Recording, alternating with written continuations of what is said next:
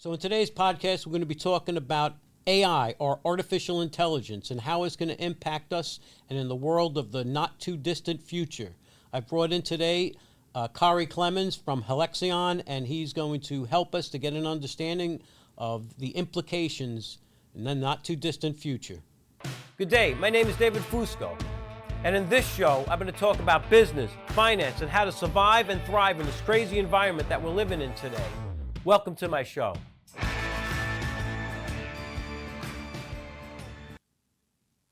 Good day. Today is January 8th, 2025. The new year has arrived. That been long talked about and long anticipated.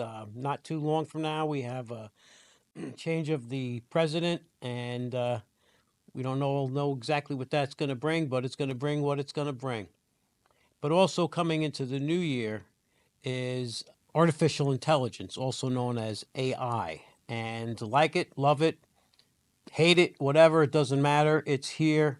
So I brought Khari Clemens from Helexeon in to give us some ideas of what it means to you, what it will mean for the future, how it may impact businesses, and that's what we're going to do. So, Khari, why don't you give a little introduction about yourself and what you do for a living? All right. Yeah. Hello, everyone. My name is Khari Clemens from Helexeon. I'm an AI strategist.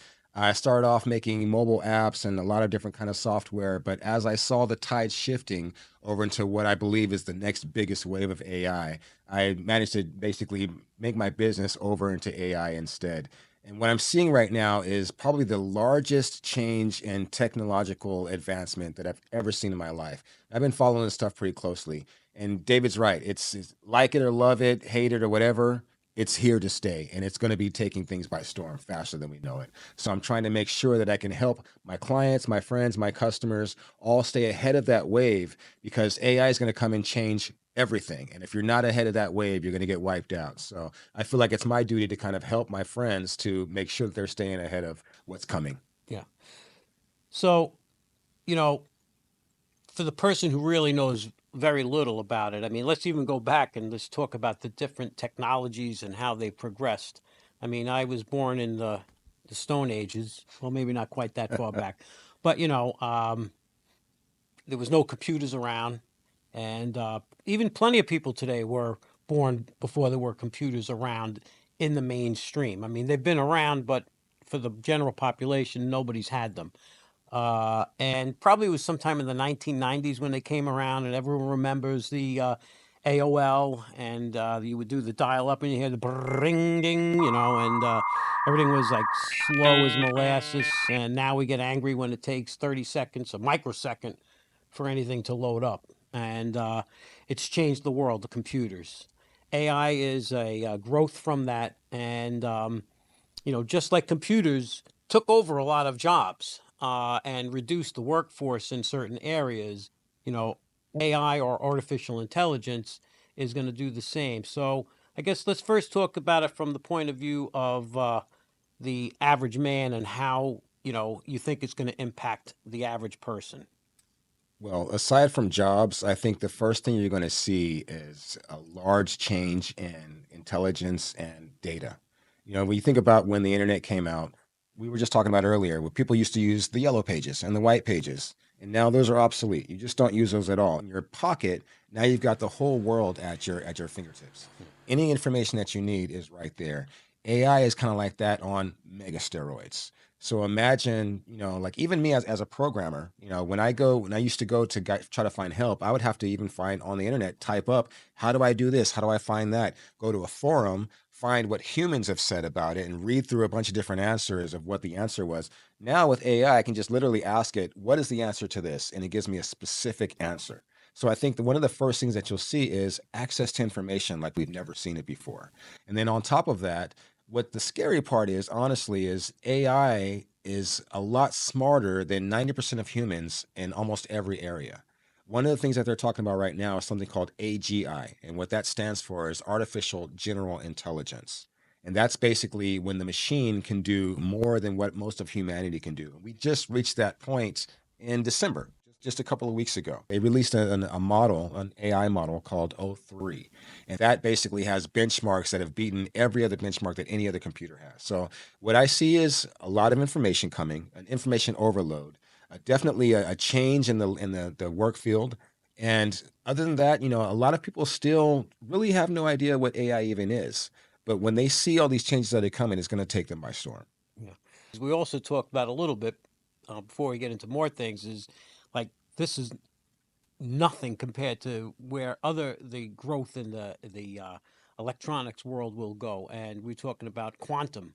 Yeah. And so can you talk about, without getting too heavy into it, just very lightly talk about quantum for maybe like Yeah. 5-year-old level? And this is going to make me sound crazy because the way this technology works, it's just bonkers. So Google has actually just come out with a brand new chip they call Willow, and it's a quantum chip. So I'll try to break that down.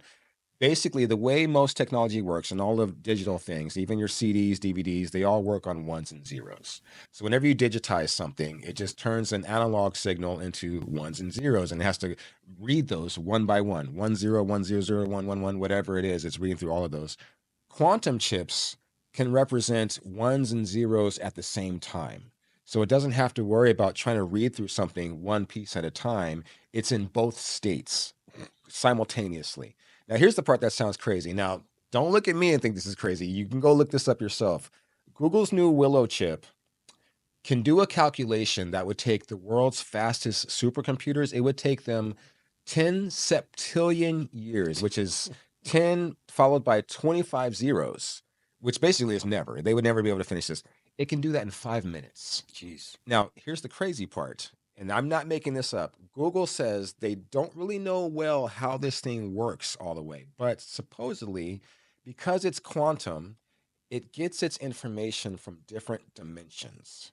I know that sounds crazy, but what this chip does is it's able to multiply itself into different dimensions, handle all the different calculations, and then bring itself back into this dimension and give you the answer. And that's how it does it that fast. You're talking about the woo woo of the woo woo. Yeah, like it's basically the multiverse proved in technology. Wow. That's where we're headed. So if you think just the AI stuff is crazy, I guarantee you 2025 is going to be a pivotal year for humanity in many ways. And AI is just the tip of the iceberg with what's coming. Now, you also, we talked a little bit about, cryptocurrency, and, we are in a changing financial system. And, so some of the scuttlebutt, the talk out there is to go to a digital dollar Yeah, or a central bank digital currency, or for that matter, they want to go to maybe to a world digital currency.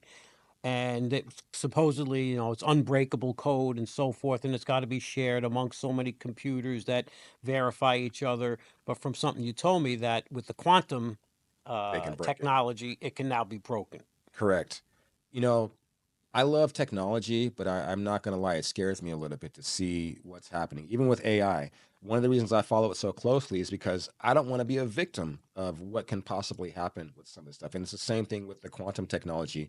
I love crypto, I love blockchain, I love the way the technology works, but the stuff they're coming out with right now can break any of that. So even if we do move to a digital economy, we're not technically safe with some of these things that are coming out. There was a quantum computer that was made not too long ago where the government actually shut down all of the research that was going on. NASA was putting it together. And when they found out what it could do, they shut them down immediately.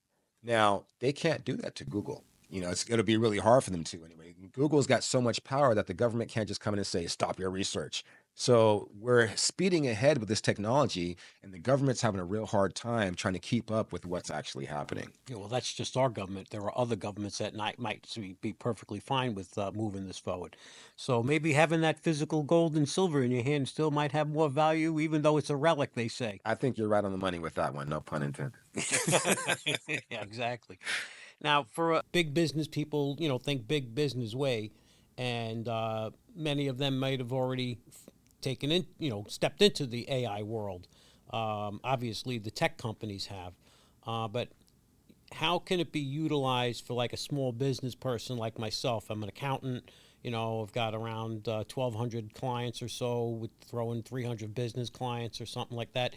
And how can I use it, and how can it benefit me in a small business, whether I'm a plumber, an electrician, a doctor's office, whatever the case might be? Honestly, the first and most valuable place that I think most companies can make use of AI is through automation. Every single company that you can think of has to deal with either QuickBooks or Excel or some type of manual process, some paperwork that they're dealing with that they shouldn't have to. AI can take all of that and completely make it automated. So, for example, let's say I have clients that need to have intake forms, and I have a process where I'm having to manually put together their forms. That's going to be a thing of the past. Anything that you think of that's not rocket science that maybe an intern might be doing, all of those things are going to be automated. That I think is the most powerful way. Now, right now, a lot of companies have no idea. They think when they think of AI, the first thing that they think of, if they think of it at all, is they think ChatGPT, or they think about maybe some of these generative images that you see with all these crazy videos and stuff that are coming out right now. Mm-hmm. They think that's the extent of AI when it's really not.